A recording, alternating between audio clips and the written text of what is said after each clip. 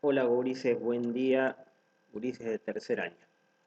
En este videito solamente muy brevemente comentamos lo que hicimos en los trabajos 3 y 4 y ahora presentarles lo que vamos a hacer en el 5. En el 3 y 4 les propuse hablar de que Argentina no era hace 150 años atrás como actualmente es, que había 14 provincias y hoy somos 23 provincias y que además de ser 23 provincias somos un distrito federal, la Ciudad Autónoma de Buenos Aires, que hace 150 años atrás, un poco más, había dos territorios que no estaban dominados por nuestro país y que se llamaban áreas de frontera y que estaban bajo dominio aborigen y que para incorporarlas al dominio efectivo del país se hicieron campañas militares. Se incorporaron esos territorios y que la población aborigen fue diezmada, fue aniquilada, fue desplazada, eh, y, y que ahí se crearon nuevas provincias, primero fueron territorios nacionales y que ahí después se desarrolló agricultura, ganadería, se repartió esos territorios entre jefes militares, entre poblaciones, entre la población que había aportado dinero para las campañas militares y que eran el gran Chaco al norte y que era el desierto al sur. Después se creó infraestructura, rutas, caminos, se crearon instituciones, como por ejemplo la escuela pública, un sistema de justicia, se aumentó la población de Argentina porque la población de Argentina era muy poca, entonces se fomentó la llegada de inmigrantes. Eso más o menos fue, y además el nombre de Argentina, que viene del Argentum Plata.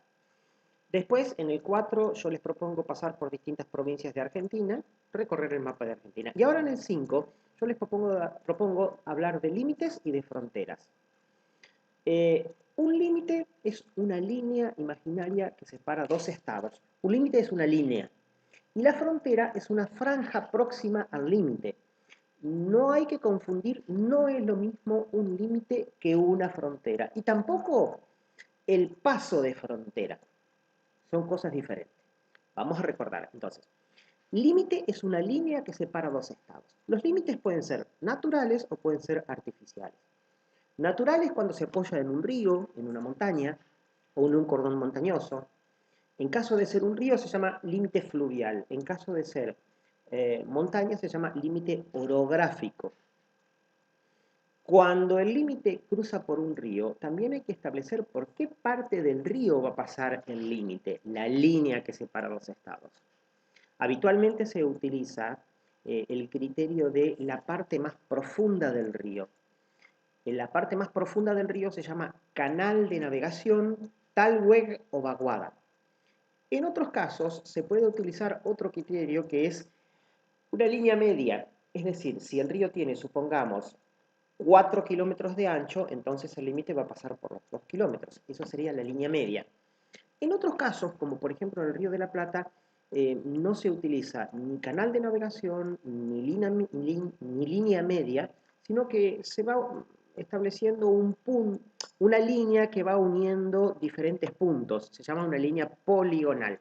Pero bueno, en este caso el límite es fluvial cuando coincide con un río.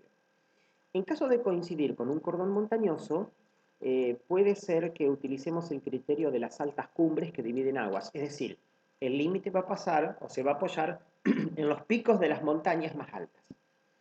Con Chile nosotros tenemos ese tipo de limitación, el de las montañas, y con Uruguay o con Brasil o con Paraguay nosotros tenemos también límites fluviales. En otros casos los límites pueden ser artificiales, y muchas veces se utilizan paralelos o meridianos para establecer la línea divisoria entre dos países. Les dije límite y les recuerdo, frontera es la franja próxima al límite. Un límite, por lo general, divide dos fronteras. Las fronteras son zonas que pueden ser de intercambio comercial permanente, pueden ir y venir gente de hacia uno y otro lado, suelen mezclarse un poco las culturas de ambos países. Eso se ve bastante en los límites, en las fronteras entre Argentina y Brasil, donde a veces se habla un portuñol, mezcla de portugués y español. Hay un fuerte intercambio. Y hay algunas fronteras que en realidad son áreas abandonadas en nuestro país, abandonadas entre comillas, digamos, no vive nadie, son boscosas, son montañosas. Hay fronteras de integración y hay fronteras de intercambio. Y también están los pasos de frontera.